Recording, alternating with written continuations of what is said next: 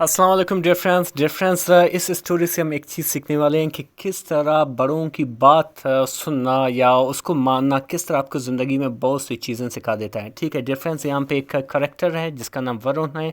वो बहुत ज़्यादा गुस्सा करता है, बदमिजाज है। ठीक है, उसके साथ क्या क्या होता है इस स्टोरी में हम पढ़ेंगे, और इस स्टोरी में हम बहुत से वोकैबुलरी उसके यानी कि मैनी भी पढ़ेंगे। इसके साथ साथ जितने भी ग्रामर के स्ट्रक्चर होंगे उनको भी पढ़ेंगे, और किस तरह चीज़ों को ट्रांसलेट करना है ये भी इंशाल्लाह आप सीखोगे। और यकीन करें, इस तरह की चीज़ों को देखने से आपको आपकी इंग्लिश काफ़ी बेहतर हो जाएगी।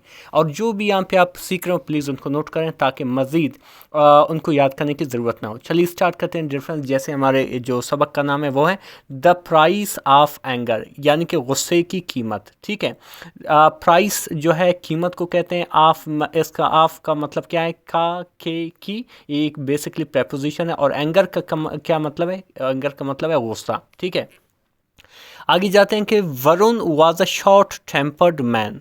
वरुण जो था एक बदमिजाज, ठीक है, शॉर्ट टेम्पर्ड कहते हैं बदमिजाज शख्स था, आदमी था। ठीक है, ई वुड गेट एंग्री, वो नाराज़ हो जाता था या गुस्सा करता था। आप बेसिकली यहाँ पे एंग्री का मतलब गुस्सा करता था, वो गुस्सा करता था ओवर स्मॉल थिंग्स, छोटी चीज़ों पर। ठीक है, स्मॉल बेसिकली यहाँ पे एडजेक्टिव है। एडजेक्टिव होता क्या है? एक वर्ड होता है छोटी सी, वो किसी नाउन के, जैसे नाउन की अच्छाई बुराई या उसकी हालत, ये सब कुछ बयान करे तो वो एडजेक्टिव है। थिंग्स यहाँ पे कॉमन नाउन है। ठीक है, वो क्या करता था? छोटी छोटी चीज़ों पे बहुत ज़्यादा गुस्सा करता था। एंड और शाउट एट एवरीवन, और हर एक पे चिल्लाता था। ठीक है, शाउट मीन चिल्लाना, एट मतलब पर, एवरीवन यानी क्या, एक ऊपर चिल्लाता था।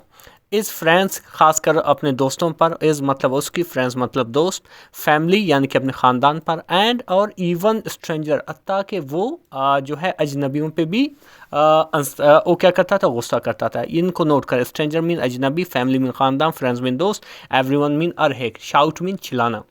तो क्या हुआ कि वन डे यानी कि एक दिन, इज ग्रैंडफादर उसकी दादा, ठीक है, गेव इम उसे दिया। गेव जो है गिव की सेकंड फॉर्म है, ये पास्ट इंडेफिनिट का सेंटेंस है। गेव इम दिया क्या? अ बैग ऑफ नेल्स, यानी कि कीलों का एक थैला। बैग कहते हैं थैले को, ऑफ नेल्स यानी कि कीलों का एक थैला दिया। ठीक है, एंड और आ एमर, और एक एमर दिया। ठीक है, एक हथौड़ा दिया। एमर कहते हैं हथौड़ा दिया। ठीक है, उनके हाथ में हथौड़ा दिया, और क्या कहा कि एंड अच्छा, और क्या कहा कि एवरी टाइम, हर वक्त, यू गेट एंग्री, जब आप गुस्सा होते हो, एवरी टाइम मन हर टाइम, हर वक्त, यू गेट एंग्री, आप गुस्सा, गेट एंग्री में गुस्सा हो जाना।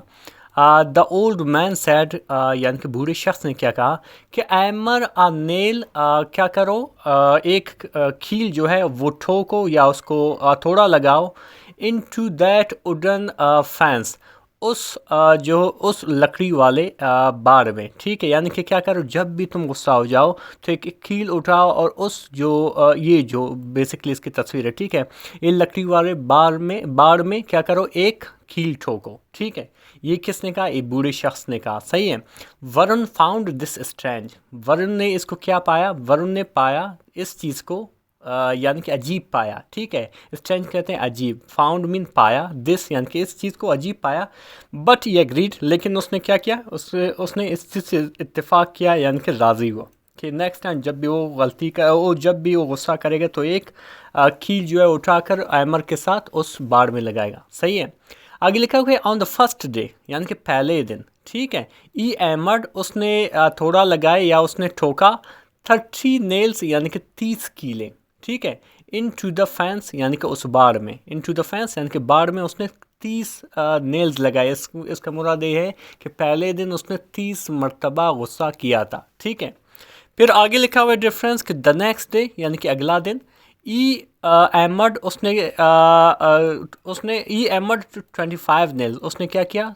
25 नेल्स लगाए, 25 कीले ठोके। ठीक है, एमर मीन ठोकना भी होता है, हथौड़े से लगाना भी होता है, और एमर जो है एज अ वर्ब भी है, एज अ नाउन भी है। ठीक है, उसने 25 कीले लगाए। ठीक है, स्लोली यानी कि आहिस्ता आहिस्ता से, एज डेज पास्ट जैसे ही दिन गुजरते गए, the number of nails reduced जैसे ही दिन गुजरते गए, जो नंबर थे, जो तादाद थे, ठीक है, कीलों के, वो कम होते गए। यानी कि पहले दिन उसने 30 लगाए थे, दूसरे दिन 25, इसी तरह एक कम होते गए। तो आगे क्या लिखा हो कि ई रियलाइज्ड, उसने सोचा, रियलाइज्ड में सोचा या समझा, क्या समझा, दैट के control is anger was easier, ठीक है, यानी कि गुस्से पे काबू रखना आसान तर है, ठीक है, कंट्रोल मीन काबू रखना, इज एंगर अपनी गुस्से पर क्या है, आसान तर है, दैन एमरिंग नेल्स, बनस्बत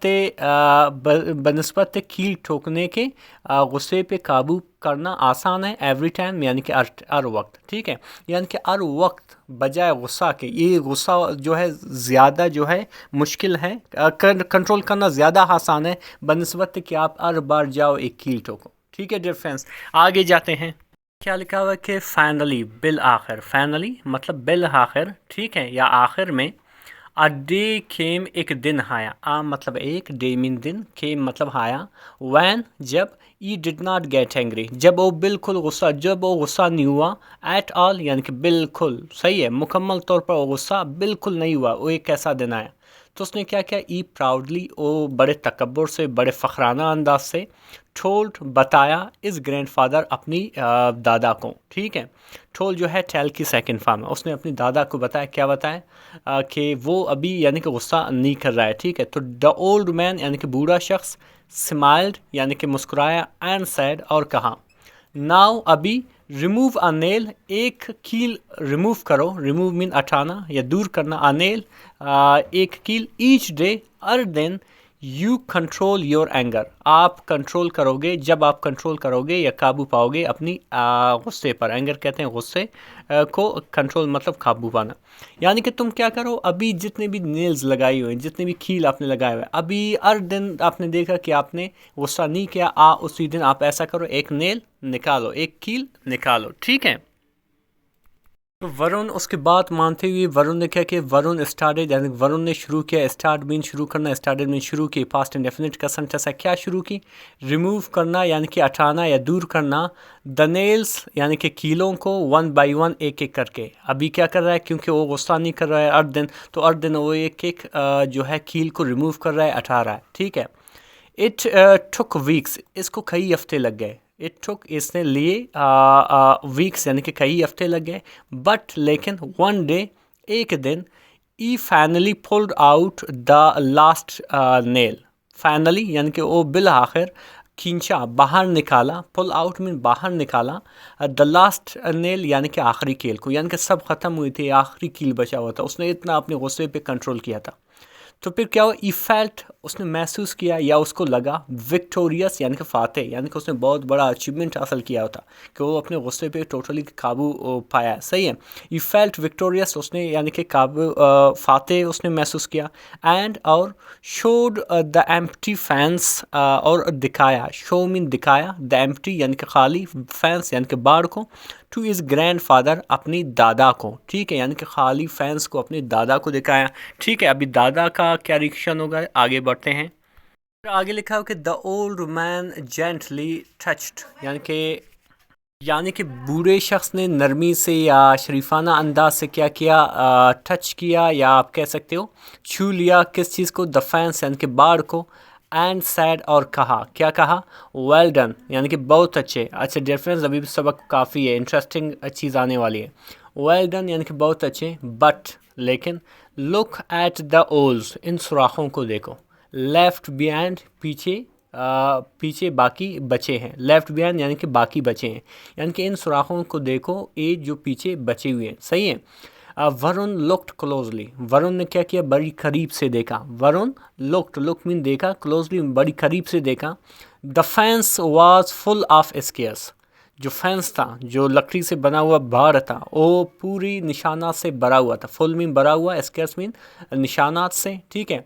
इस ग्रैंडफादर उसकी दादा, ठीक है, साहिड यानी कि आ बरी, और क्या कहा कि एवरी टाइम यानी कि हर टाइम, हर वक्त, यू लूज़ योर टेम्पर, जब हर वक्त आप गुस्सा करते हो, लूज़ योर टेम्पर मतलब गुस्सा करते हो, you leave a wound in someone's heart, आप एक ज़ख़म छोड़ जाते हो, वाउंड कहते हैं ज़ख़म को, लीव मीन छोड़ना, अ वाउंड यानी कि एक ज़ख़म छोड़ जाते हो, इन समवन्स अर्थ किसी के दिल में, समवन्स यहाँ पे एस लिखा हुआ है, ए प्लस फर्स्ट है, इसका मुराद क्या है, इसका मुराद है खा के की, ठीक ठीक।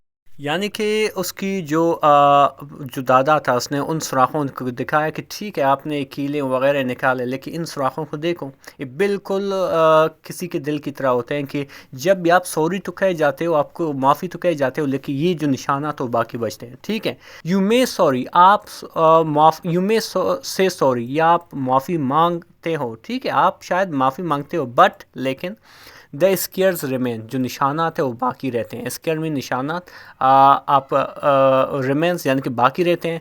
वरुण फाइनली अंडरस्टूड, जो वरुण था वो बिल आखिर समझ गया, अंडरस्टूड में समझ गया। फ्रॉम दैट डे यानी कि उस दिन से, ई प्रोमिस्ड, उसने वादा किया, टू थिंक, सोचने का, बिफोर स्पीकिंग यानी कि कुछ बोलने से पहले उसने क्या किया कि वो सोचेगा। ठीक है, उसने ये चीज़ का वादा किया। डिफरेंस इंटरेस्टिंग सी स्टोरी थी। इसमें हमने क्या सबक सीखा ये अभी हम पढ़ेंगे।